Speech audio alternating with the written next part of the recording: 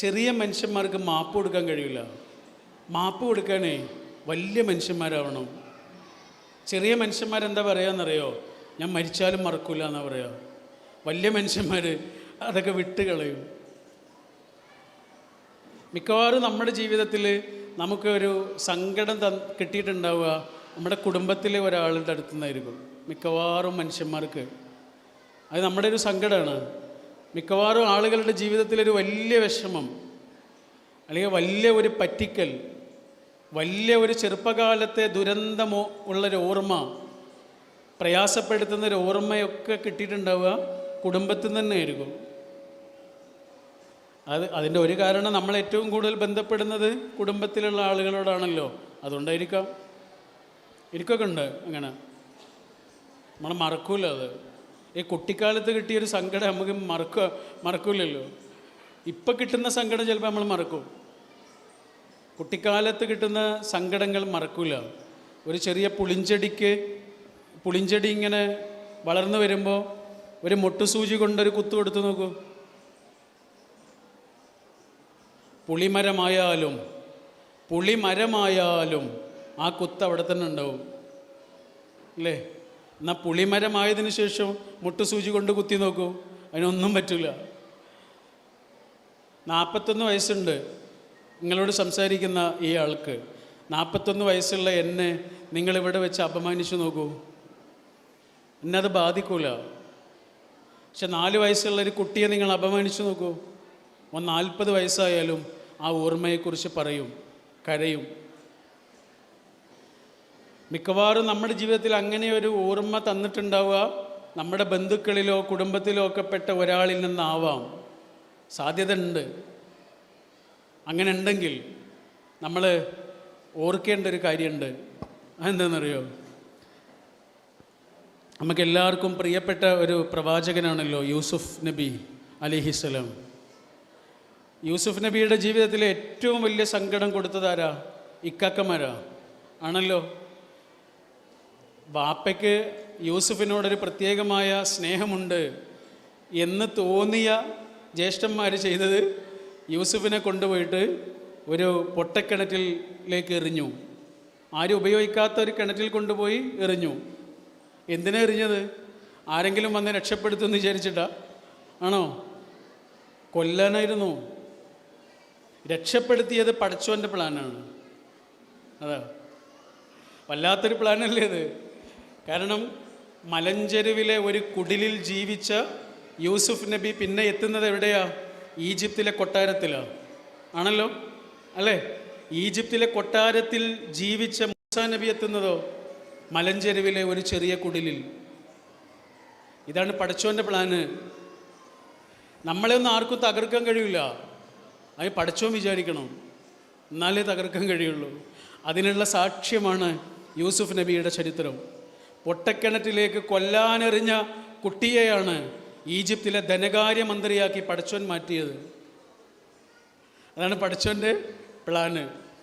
ശരി, അങ്ങനെ ആ കുട്ടി വലിയ ധനകാര്യമന്ത്രിയാകുന്നു, വലിയ ആളാകുന്നു, കല്യാണം കഴിക്കുന്നു, ഒരു കുട്ടി ഉണ്ടാവുന്നു. യൂസുഫ് നബിക്ക് ഒരു കുട്ടി ഉണ്ടാവുന്നു. ഒരാൺകുട്ടിയാണ് ഉണ്ടായത്. ആ ആൺകുട്ടിക്ക് യൂസുഫ് നബി കൊടുത്ത പേരെന്താണെന്നറിയോ? കുട്ടിക്കിട്ട പേരെന്താണെന്നറിയോ?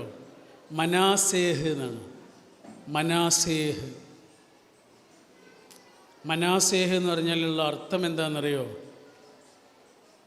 സാരല്ല പോട്ടെ, എല്ലാം മറക്കുക എന്നാണ്. എന്തിനായിരിക്കും അങ്ങനെ ഒരു പേരിട്ടത്?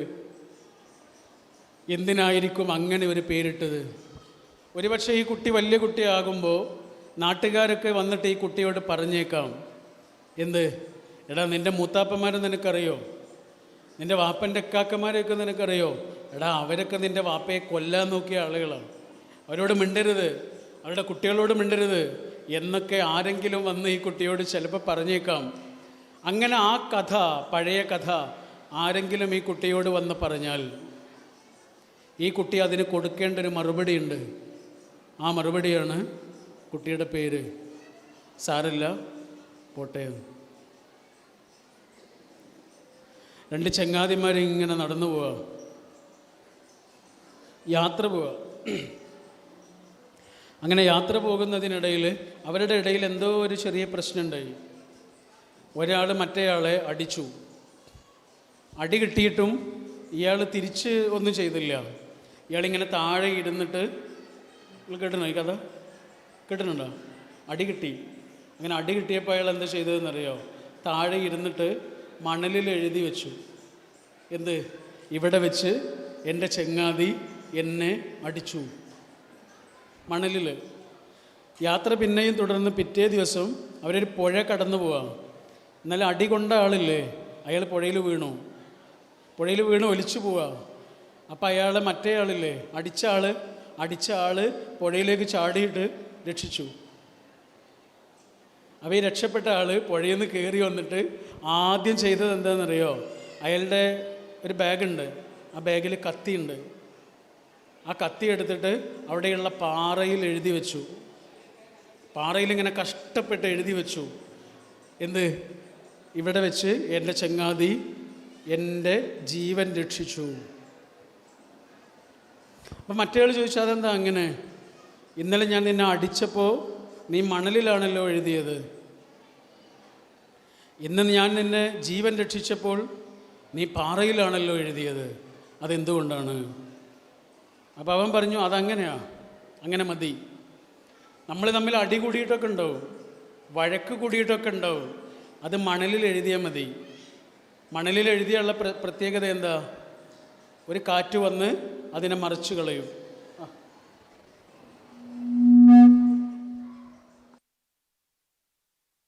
മണലിൽ എഴുതിയാൽ ഒരു കാറ്റ് വന്ന് അത് മറിഞ്ഞു പോകും.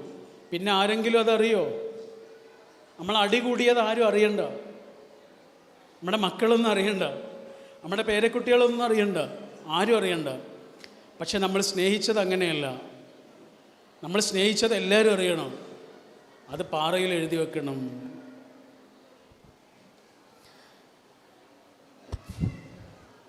മനുഷ്യന്മാർ മറക്കാത്ത ഒരു കാര്യമുണ്ടെങ്കിൽ അത് കാരുണ്യമാണ്. ആ കാരുണ്യമുള്ള ഒരാൾക്ക് പരസ്പരം മാപ്പ് കൊടുക്കാൻ കഴിയൂ. കാരുണ്യം മാത്രമേ മനുഷ്യന്മാർ മറക്കാതെ കിടക്കൂ. നമ്മുടെ ഒരു സുഹൃത്തുണ്ട്, അദ്ദേഹം പറഞ്ഞൊരു കാര്യമാണ്. അദ്ദേഹത്തിൻ്റെ ഒരു സുഹൃത്തുണ്ട്, ഒരു പെൺകുട്ടിയാണ്. അവൾ പറയാ, അവളുടെ കല്യാണം കഴിഞ്ഞിട്ട് ഈ ഭർത്താവിൻ്റെ അമ്മയിൽ നിന്ന് ആ കുട്ടിക്ക് ഒരുപാട് നല്ലതല്ലാത്ത കുറേ അനുഭവങ്ങളുണ്ടായി. ചെറിയ കാര്യങ്ങൾക്ക് വല്ലാതെ വഴക്കിടും, കുറ്റപ്പെടുത്തും. അങ്ങനെ ഒരു അമ്മ, ഭർത്താവിൻ്റെ അമ്മ ഈ കുട്ടിയെ വല്ലാതെ വേദനിപ്പിച്ചു. നമ്മുടെ വീട്ടിലേക്ക് വരുന്ന മരുമകൾ എന്ന് പറഞ്ഞാൽ, നമ്മളൊരു വീട്ടിലേക്ക് ചെന്നിട്ട് അവിടെ നല്ല ചെടിയൊക്കെ കണ്ടാൽ നമ്മൾ ചോദിക്കൂലേ, അതിൻ്റെ ഒരു കമ്പ് തരുമോ? ചോദിക്കൂലേ, ഇതിൻ്റെ ഒരു കമ്പ് തരുമോ? അങ്ങനെ ഒരു കമ്പ് തന്നാൽ നമ്മൾ എന്ത് ചെയ്യും? ആ കമ്പും കൊണ്ടുവന്ന് നമ്മുടെ വീട്ടിൽ കുത്തിയിട്ട് നമ്മൾ പിന്നെയും അതിനെ സംരക്ഷിക്കും. അതിന് വെള്ളം കൊടുക്കും, വളം കൊടുക്കും, അതിന് വേര് പിടിക്കാൻ ആവശ്യമുള്ളതൊക്കെ ചെയ്തു കൊടുക്കും. എന്നാലേ വേര് പിടിക്കുള്ളൂ. ഇതേപോലെയാണ് മരുമകൾ. നമ്മുടെ അയൽപ്പക്കത്ത് നിന്ന് കൊണ്ടുവന്ന് കുത്തിയ ഒരു ചെടി പോലെയല്ല നമ്മുടെ വീട്ടിൽ വളർന്ന ഒരു മരം. രണ്ടും വ്യത്യാസമുണ്ടാവും. വീട്ടിൽ വളർന്ന മരം പോലെയല്ല അയൽപ്പക്കത്ത് നിന്ന് കൊണ്ടുവന്ന് കുത്തിയ ചെടി. അതിന് വേര് പിടിക്കാനുള്ളൊരു സമയം വേണം. അതുകൊണ്ടാണ് ഈ മരുമകൾ പറയാ, അമ്മയിൽ നിന്ന് കുറേ സങ്കടം ഉണ്ടായി, അമ്മ വേദനിപ്പിക്കുന്ന കുറേ അനുഭവങ്ങളുണ്ടായി. അങ്ങനെ കുറേ കാലം കഴിഞ്ഞു. ഇവള് പറയാം, ഇവള് ഗർഭിണിയായ സമയത്ത് 8 മാസമൊക്കെ ഉള്ള സമയത്ത് ഇവൾക്ക് ഒരു ദിവസം വല്ലാതെ വേദനയുണ്ടായി. വേദനിച്ച് ഇവളെ ആശുപത്രിയിലേക്ക് കൊണ്ടുപോയി. മരുന്നൊക്കെ കഴിച്ച് തിരിച്ചു വന്ന് ഇവൾ കിടന്ന് ഉറങ്ങിപ്പോയി കുറച്ച് കഴിഞ്ഞപ്പോൾ എന്തോ ഒരു ആളെങ്ങനെ തൊടുന്നത് പോലെ തോന്നി. അപ്പോൾ അവൾ മെല്ലെ കണ്ണ് തുറന്ന് നോക്കുമ്പോൾ ഈ അമ്മ അവൾ പറയാ, ഞാൻ അങ്ങനെ തന്നെ കിടന്നു. കാരണം അമ്മയിൽ നിന്ന് ഒരു കാരുണ്യമുള്ള ഒരു അനുഭവം ആദ്യമായിട്ടാണ്.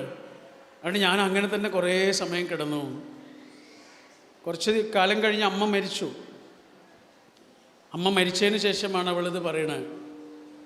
അമ്മ എന്നെ കുറേ വേദനിപ്പിച്ചിട്ടൊക്കെ ഉണ്ട്, പക്ഷെ അമ്മ എന്ന് പറഞ്ഞാൽ എൻ്റെ മനസ്സിൽ ഇപ്പോൾ ആദ്യം ഓടി വരുന്നത് ആ വേദനിപ്പിച്ച കാര്യങ്ങളൊന്നുമല്ല, ആ പാതിരാത്രിയിലെ തലോടലാണ്.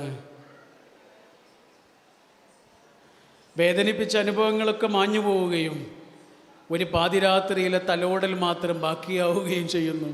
ഇതാണ് റഹ്മ, കാരുണ്യം. മനുഷ്യന്മാരത് മറക്കില്ല.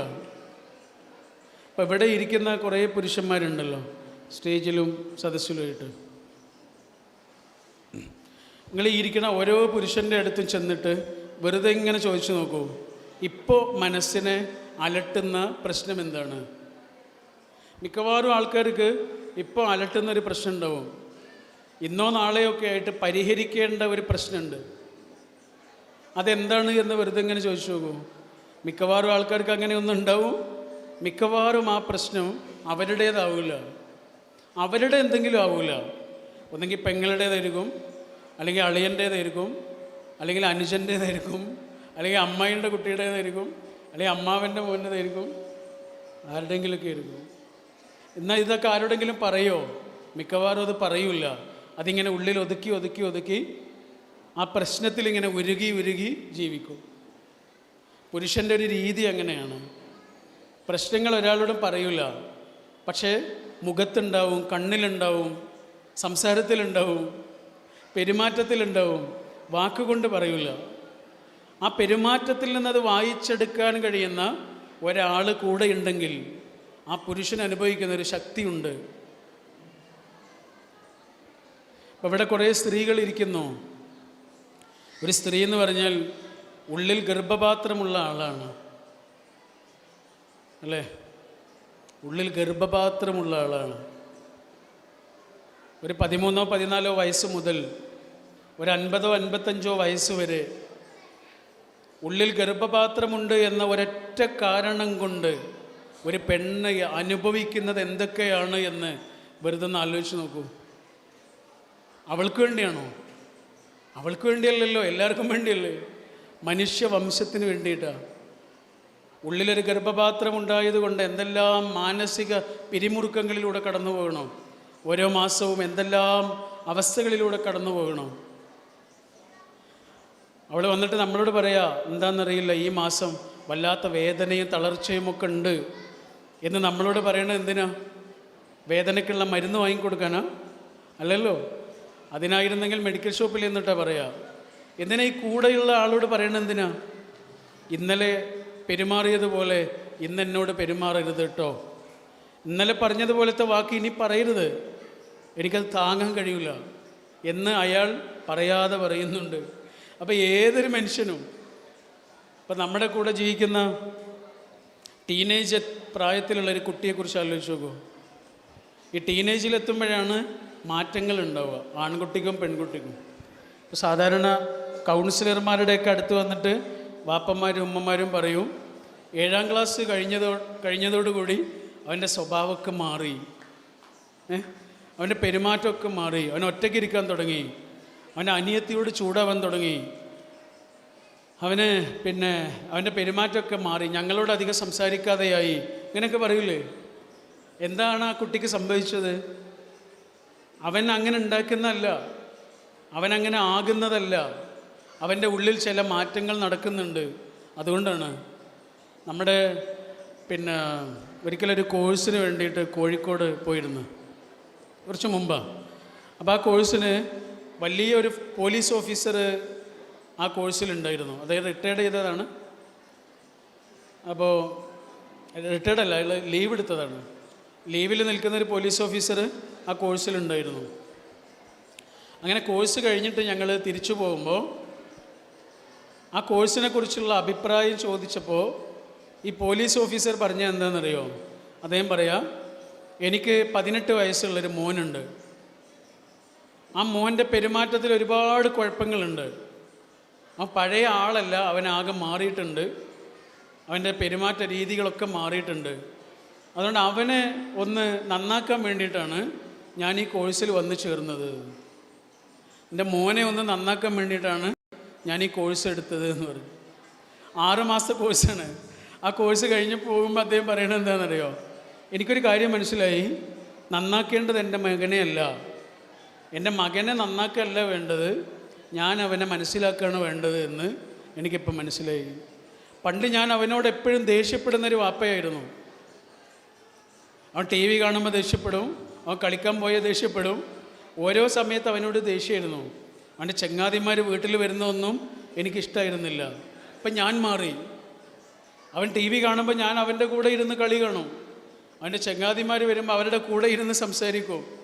അവൻ കളിക്കാൻ പോകുന്നിടത്ത് അവൻ്റെ കളി കാണാൻ പോവും. ഞങ്ങൾ ഒരുമിച്ച് ബൈക്കിൽ പോവും. വല്ല മത്സരങ്ങളുണ്ടെങ്കിൽ കളി ടി വിയിൽ ഞങ്ങൾ ഒരുമിച്ചിരുന്ന് കാണും. അപ്പം ഞാൻ മാറി. എൻ്റെ മകനെ എനിക്ക് മനസ്സിലായി. ടീനേജ് പ്രായത്തിലെത്തിയൊരു കുട്ടി ആഗ്രഹിക്കുന്നത് ആ കുട്ടിയെ മനസ്സിലാക്കുന്ന മനുഷ്യരെയാണ്. ഒരു പുരുഷൻ, ഒരു സ്ത്രീ, ആരാവട്ടെ, അവരുടെ ജീവിതത്തിൽ ഞാനും നിങ്ങളൊക്കെ ആഗ്രഹിക്കുന്നത് ഈ പറഞ്ഞ മൂന്നാമത്തെ കാര്യമാണ്. അതെന്താണ്? റഹ്മ, കാരുണ്യം.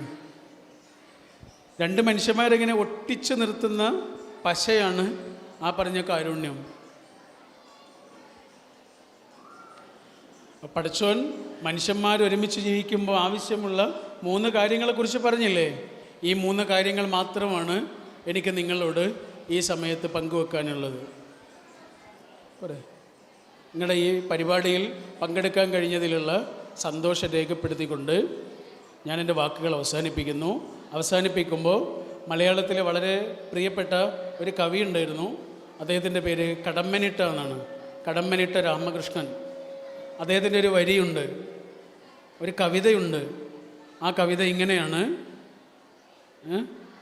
നിങ്ങൾ ഓർക്കുക നിങ്ങളെങ്ങനെ നിങ്ങളായെന്ന്.